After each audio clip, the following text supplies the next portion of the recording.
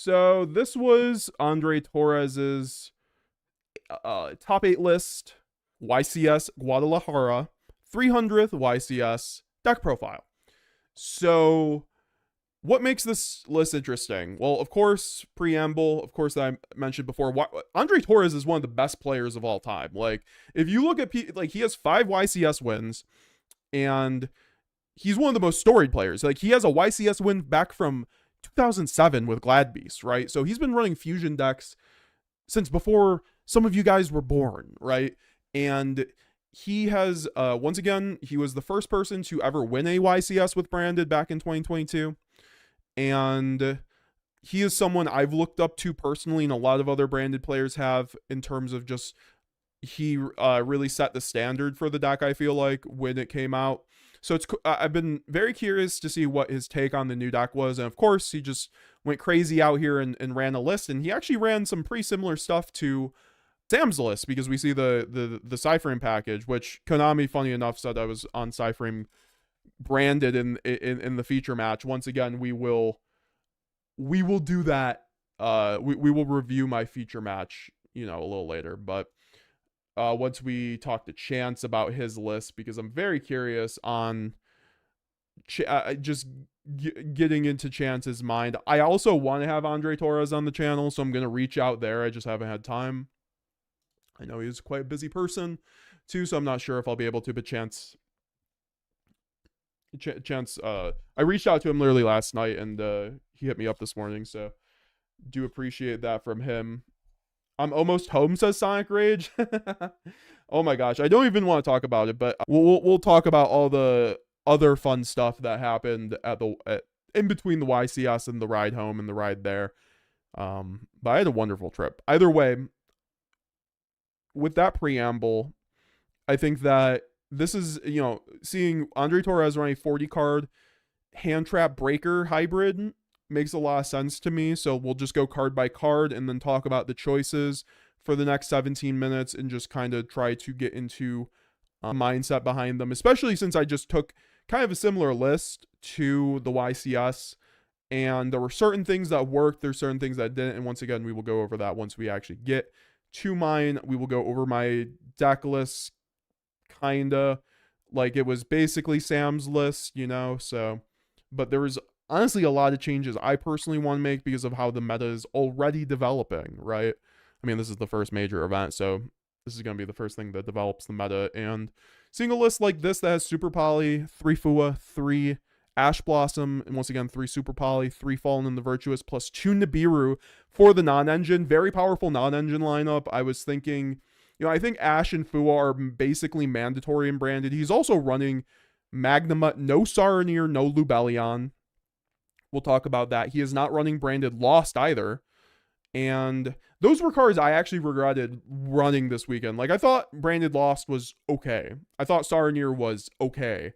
But Lubellion was absolutely unplayable this weekend because VS K9's the best deck. It just won 2 out of the 3 YCSs, right? So running a card that literally says I get negated by Ripper every single time it happens.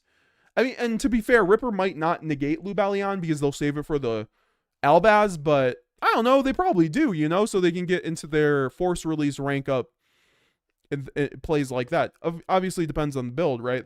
One of the first place lists wasn't even running the rank up quick play for VSK9, which is the best card into Branded in that deck, I'm convinced. So, besides, I guess, Caesar, but I really like what he chose to cut out of this deck because those were definitely the weakest aspects of my deck, right? Sometimes I'd hard open Lost with no Branded Fusion. I'm like, oh, this sucks. I don't even play OG Kit to search off a Lost to get to Branded White and Branded Red. And that's the thing. He's running Branded White and Branded Red plus Branded Fusion, 3 High Spirits, 3 Opening, plus the Retribution for the Branded spells and traps on top of the Gold Sark. I'm going over the spells before, I guess, the main engine of monsters. We'll obviously talk about all of it. But I'm really, really liking that. I think a lot of people started cutting... thanks for the resub, I'm just saying. I appreciate it. This is actually like a really solid, I think, lineup in my opinion, because cutting those cards out of your deck, they're just pure bricks, right? You're able to cut Tragedy. This is the concept I was talking about months before this deck came out, that now that Fall in the White is out, we have the ability to cut the bricks in our deck now and run only what's necessary. Guess what the only necessary bricks in Branded are now? Mercurier and Retribution. Those are in, I'd say red is almost mandatory, but you kind of need to have either red or white in your deck. I think you have one of the other. You don't run neither in pure Branded Despia, but you need to run one of them. And he chose both, which I really like, because this was something I want to do post YCS. We'll talk about it, but I think having the ability to have Branded White and Branded Red in your deck allows you to win every grind game on the spot, because you have constant access to removal or mirror jade. And we'll talk about the extra deck, because that's also something I've noticed with Branded. He's only running one Wignall, but let me finish the monster lineup. Of course, one Queb, one Ecclesia, two Cartesia, no fusion deployment. Fusion deployment to me is a really unplayable card. I mean, of course it can be a breaker into Draco Tal, but the fact that locks you really takes away, like, it makes your play so much more linear. I'd just prefer to run Cartesia in my opinion. So I do like that. The one Ecclesia, I'm actually thinking about running 3, but this was quite standard across the Branded Despia list. Of course, Danilo's Branded Draco Tal list ran 3 Ecclesia. I saw another Branded Draco Tal list run 3 Ecclesia plus Exciton. We'll talk about that later, because that was some theory, if you guys remember from the other week. I was running Exciton with the rank 4 package, because Ecclesia is a free rank 4, right? Like, if you run 3 of them things going second, you're always getting to a rank 4. So I really like that theory. This is obviously not the deck list that has that. He's running also 3 Aluber plus 1 Mercurier, 1 Tri-Brigade Springen's Kit. This card's insane. This card's so much better than Lubellion right now, and this was also something I talked about. You can run this over Lubellion Lost Sarnier. It's 1 versus 3 cards in your deck, and that lets you get to 40. And honestly, the most important card to see going second in this format is Fualos, right? I think the nib is here for VS Canine, because if you hit VS Canine with like an Ash or a Fua, even a Magnemite, depending on like what they have to rock off, is quite good paired with a nib into VS Canine. The VS Canine being able to wipe out their board. Obviously, it's way better into Yummy too, and Yummy was a low-key contender. It got second place at Guadalajara. It got first place at YCS Richmond, right, with Kamal Crooks. Rumors of Yummy's demise were greatly over-exaggerated. I always thought this was going to be the case. I thought that one Snatchy was probably getting away a little bit too easy on that, honestly.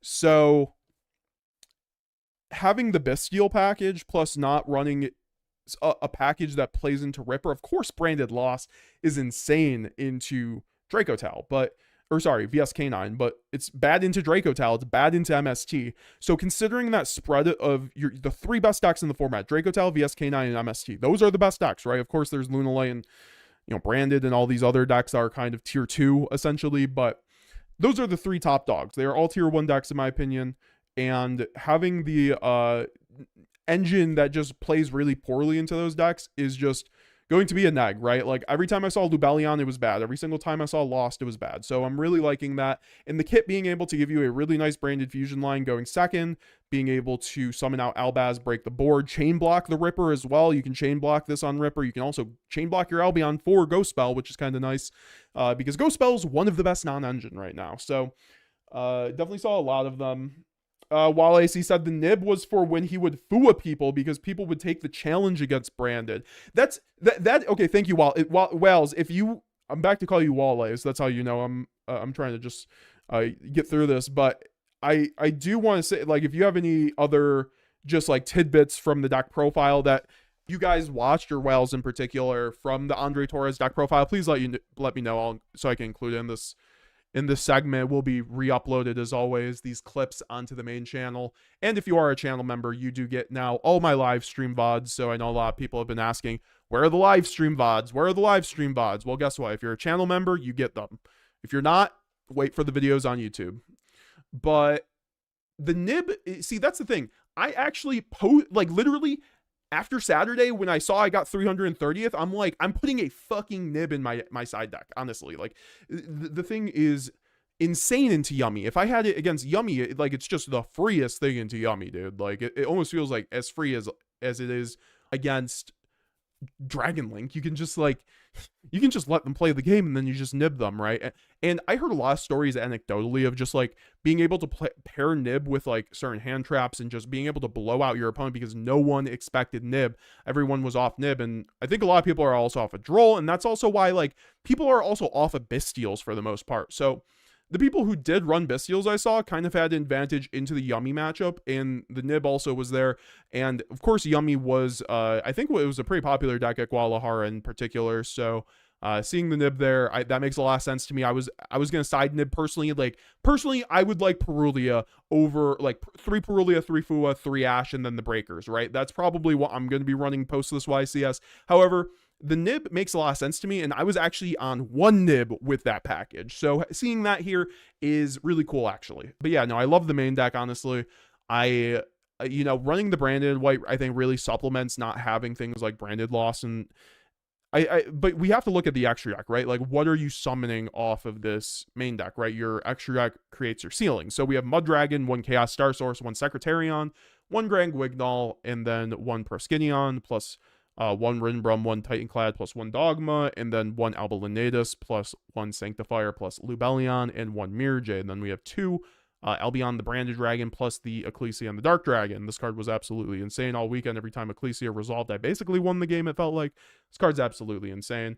Obviously not all the time, but especially on feature, but I think the MST matchup is so piss poor anyways. It's just really just almost a die roll, it feels like, in that situation. Or not even a die roll, it's just like they have to open not a god hand, and then you can just outgrind them. But that matchup doesn't make me happy, and I'll have to figure that out more. So Mud Dragon is the super poly target. Mud Dragon's the best super poly target this format. He also has Secretarion. I've been seeing a lot of people run Mud plus Secretarion.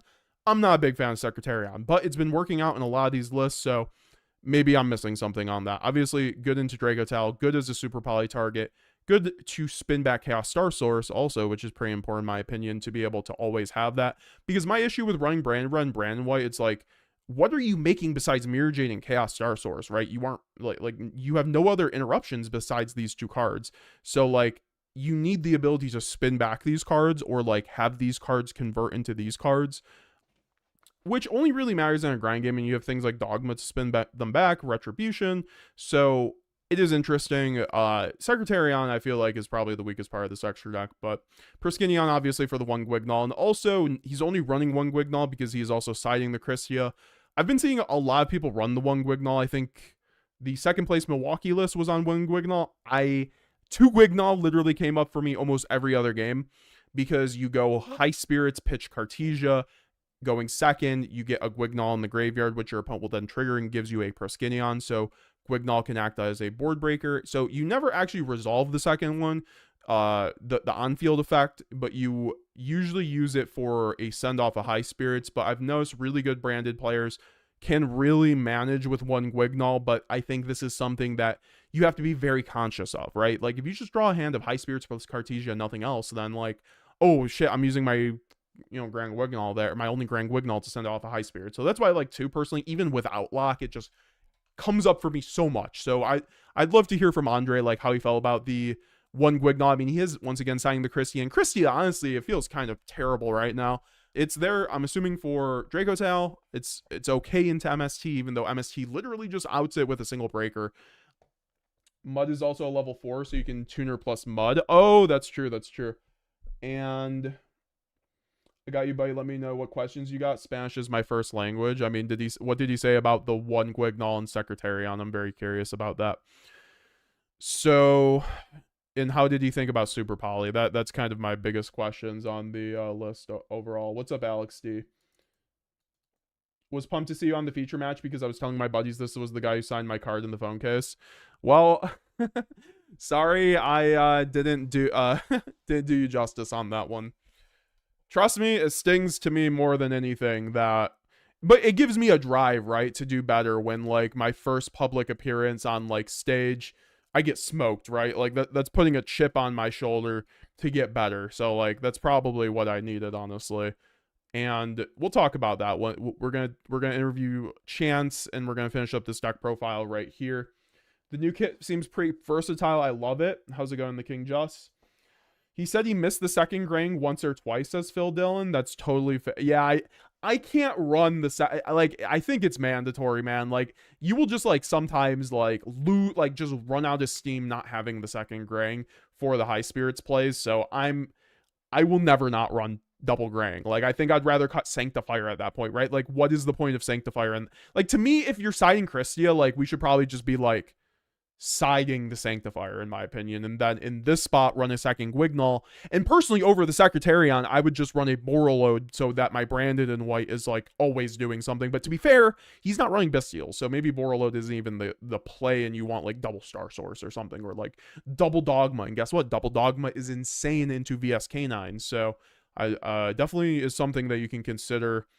But for me personally, like, double graying came up every other round for me.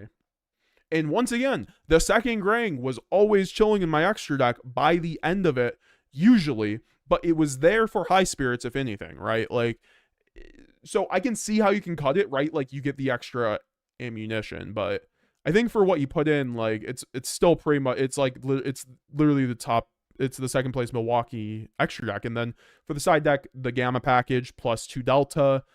He's running 40 cards, so it makes sense to side into hand traps. 3 Perulia, insane to VSK9. I think with VSK9 being the best deck, and also Perulia felt insane for me this weekend every single time.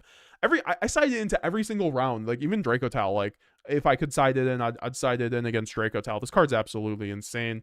Being able, like, I think the Mulcharmies are just so important branded because they draw your breakers, which you just break your opponent's board. That's why, like, I did not main Super Poly, and I regretted that. I don't think you can go pure hand trap with branded and have a consistent time, in my opinion. Like, you need to have like either a droplet or super poly, because the board, like, you need something to punch through the board, right? Because if you unsuccessfully hand trap your opponent, they are just hand looping you at that point, right? So having the breaker to like prevent you from being hand looped, or just being able to clean up the board after they are on a half board, or just like having something to genuinely just pierce through the board, right? You make Muddragon into MST, they can't target you.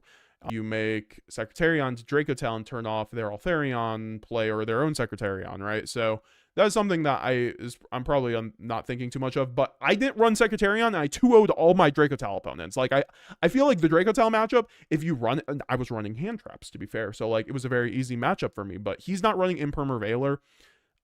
I think Imperman Veiler, they are very good, and, you know, Sam's list had them, and I think when they're good, but like every single time my Impermer Veiler resolved, it was getting like Fallen the Virtuist or Dropleted this weekend. When they did resolve, I won usually, or like I'd just get hand looped to VSK9 because they don't care about Imperm, like, and if they have like all these decks just drew extenders, right? So you're just like playing a die roll game at that point. I feel like you have way more agency having things like, you know, the Mulcharmies, Nib, and Super Poly, because you aren't just taking a die roll on like, oh, my non-engine is checking my opponent. I like this list also. Thank you for translating add context. Don't worry, my friend. I have 3 feature matches under my belt, but only won the last one. Pressure is real under the camera, and mistakes happen. I mean, I won't admit I was a little nervous, but I did my best to just have a good time. But I think something was going through my mind where I didn't think of that Invader play. So we'll talk about that in the feature match review. But I appreciate that, Angra. Secretarion was a way to fuse away Dracotal on board because there isn't many better options. Yeah. He said Super Polytim is a branded staple, but in the tournament it was very mediocre. There you go. There you go. I don't know. I personally miss Super Poly, but I think your mileage may vary, and we're gonna have to keep testing, right? Like, either we're really committing with the hand traps, or just like side into hand traps, or have a small hand trap package like he had. I mean, it worked out for him though, obviously. But I agree with it being a branded staple. Who would be your branded deck master? I don't play domain format, but so I don't know like the real like the best answer, but Fallen to the White Dragon, man. I mean, maybe Quem. Like, someone asked me this weekend, what's your favorite branded card? I'm like, probably Quem. Quem is just so good. Like, I think I just Quemmed. Got home today, sold the Madden deck box, testing for Riftbound Regional. Good luck, Baby Otter. And congrats on winning the regional flight. It was, once again, really nice seeing you, and we're going to have to test soon, brother. Thanks for coming through. Also, Priscinia on the list. Wonder how many times he made it with Super Poly. Mirror Jade Full Art is a must-have. Oh, yeah, we got confirmation that Full Art Mirror Jade is also coming out in Rarity Collection. So, get your wallets ready. However, we have no confirmation on numbered cards yet, apparently. I didn't even know that. Apparently, we might not be getting numbered cards in the TCG, which is good for my wallet, but I was really, really, really looking forward to having a numbered Mirror Jade. So maybe I have to buy an OCG Mirror Jade that I can't even use in the TCG. I don't know. What's honestly, I think Konami TCG saw the Pokemon Bros and Crypto Bros like fucking jizzing their pants over the numbered Yu-Gi-Oh cards in Japan, and they're all buying up the Japanese packs on eBay at a hyperinflated rate just to pull it. So I don't know if they want that to happen to their game in the TCG. We'll see. I think they need it to like keep their game kind of like flowing as much as I would hate it, but in terms of money, but yeah.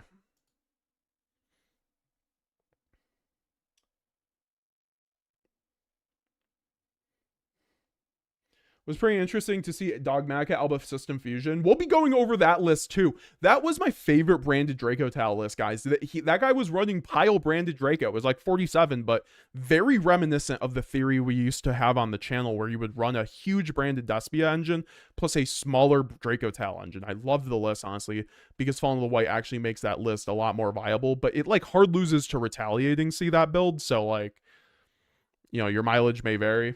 I guess that one is better than Draco Talented Retaliating See, though, because you run the Mercurier, and if you draw Branded Fusion, you do your thing.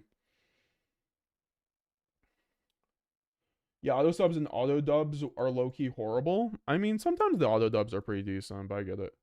Any monster that mentions both dark and light attributes are a good deck master for domain format. Yeah, it's, if anyone's gonna know, it'll be Commander in the chat. I have no. You'll have to tell me, Commander, like what you think the best branded deck master would be. Honestly, I think overall Quem being able to like, you know, being a light tuner, you know, Despia, Dogmatica, and then also, I mean, it's not technically a branded card, but it is a light. I think you do need something that is light or dark attribute. Like, do they have to mention both? So that means you just have what, Light and Darkness Dragonlord as your deck master? Honestly, Droplet being used to dodge a back row plus hitting my monsters felt bad at times. Droplet's also a consideration, guys. I think Droplet was really insane this weekend every single time I saw it. It's very good into VSK9. So